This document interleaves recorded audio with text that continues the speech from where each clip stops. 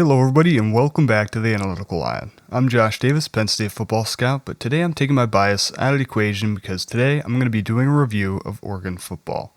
Hopefully this video gets you prepared for the upcoming whiteout and gives you my unfiltered analytical thoughts. I've kind of been formulating the opinion lately that Oregon isn't as big of a game as fans are making it out to be. While the Ducks are likely going to be in the preseason top 10 and undefeated when they come to Happy Valley, for some reason this game doesn't give me the same level of bone-shuddering anticipation that a whiteout against Ohio State or Michigan does.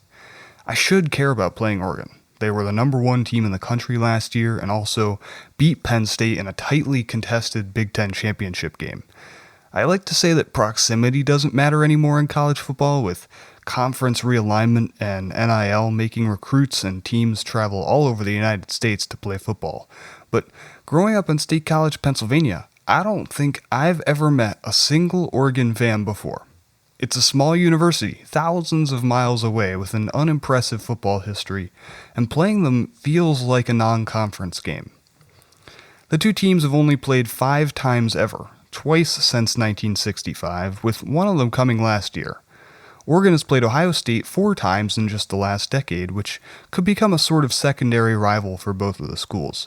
Penn State's natural new rival is USC, with the two playing several memorable games recently, and the Trojans on track to be playing more competitive football. However, much like it was with Washington last year, the thing that bugs me the most with the hype around the Oregon game is the fact that everyone is basing it off of how good they were last year. Oregon won the Big Ten, went 12-0, and were the number one team going into the playoffs. The key? Mastery of fortune. Of course, there is some skill in winning close games. However, what makes college football more interesting than the NFL in some opinions is the unpredictability and chaotic nature of the sport. Few teams even play as many close games as Oregon did last season. Even fewer escape them all. Phil Steele, one of the most respected college football analysts, uses close game win percentage as a way of predicting which teams will do better or worse than they did last season. It's not just the fact that 40% of the games Oregon played last year were one-score games, it's the way that they won them that it's interesting. Yes, this is subjective, but every single one of those close games last season that Oregon won were more due to their opponent making uncharacteristic mistakes rather than Oregon making big plays. Oregon just had the magic touch, a rare phenomenon in college football that only comes around every once in a while, until they didn't. Yeah. The ending to the greatest season in Oregon history was possibly the worst bowl game in history. However, that was all last season. Oregon is only returning 43% production from that 13-1 team, with Purdue being the only Big Ten team returning less talent. That's probably a good thing for Purdue. Yes, Oregon has reloaded via the transfer portal and strong recruiting, but with their top playmaker Evan Stewart out with injury and a project QB set to take over, on paper, this team is a shell of what it was. They are still well coached, fast, and explosive, but also inexperienced and much more vulnerable on the road. Let's talk about the whiteout environment. The Ducks will have to deal with a couple of notorious road atmospheres this season, including Kinnick Stadium and Husky Stadium, but the whiteout is a whole different animal.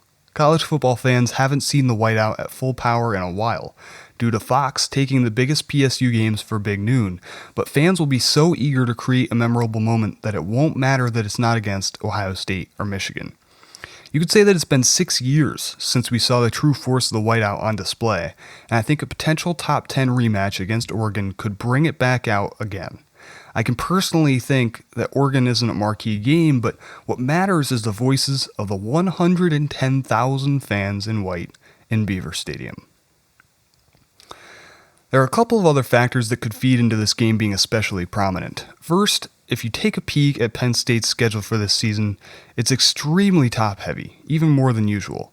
Yes, James Franklin is used to having those big games against OSU and Michigan topping the schedule, but this year there's no Michigan again, and there's a severe lack of secondary games. Indiana and Iowa might be ranked in that 15 to 25 range, and UCLA and Nebraska are interesting matchups, but the non-conference slate is a cakewalk, and the byes are perfectly placed. My point here is, especially with the home games, Oregon's the clear top game for Penn State fans to get in town for, and the whiteout theme was announced months ago. Also, Penn State has played a Power 4 team in Week 1 every season since 2019, so they've gotten used to being tested right out of the gate. For a few years, this entailed going on the road for a Big Ten game like those fun ones at Wisconsin and Purdue. However, this year it's a little more traditional, with Penn State's opening 3 games being their out-of-conference schedule with those opponents all being fairly easy wins. You never want to stray away from the 1-0 mentality, but these are games where you hope you're up by a lot at halftime and the backups are out there for the whole second half. With that being said, Week 5 against Oregon is the first big game on Penn State's schedule, and especially with the bye week leading up to the whiteout, fans across the country will have plenty of time to build up excitement for it. Some people might love seeing Penn State beat up on G5 teams, but many will be waiting to see the Nittany Lions tested for real, and to see if this revamped squad can contend for a national title. Another factor is the fact that there's likely a chance that this game draws ESPN's College Game Day, which is always a beloved and special event before massive games. The game is being aired on NBC, but last year Game Day came for the Ohio State game that was at noon on Fox, so there's some precedent for them coming to marquee games no matter if it's on an ESPN network or not. Week 5 is the biggest week of the regular season, with games like Alabama, Georgia, Notre Dame, Arkansas, Ohio State, Washington, LSU, Ole Miss, and USC, Illinois. I believe Indiana, Iowa is in there as well.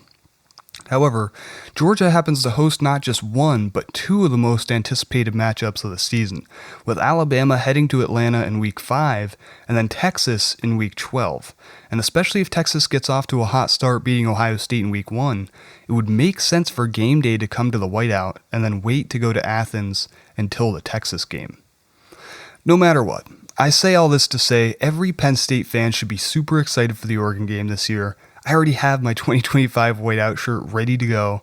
I know I'm going to be making the long walk up the ramps into Beaver Stadium with that fired up / nervous feeling that I get before every big game. The only time Oregon has ever played in Beaver Stadium was in 1964, when I'm sure it wasn't as big or electric a place as it is now. The former Pac-12 team is going to get their first real taste of Big Ten football in a sea of white at night on September 27th. This is going to be the first of many times I talk about this game over the next several months, but hopefully I've set the stage for you and crushed any doubts over whether or not this is going to be a great game. That's my unbiased opinion. Thank you for watching, and as always, go Nittany Lions.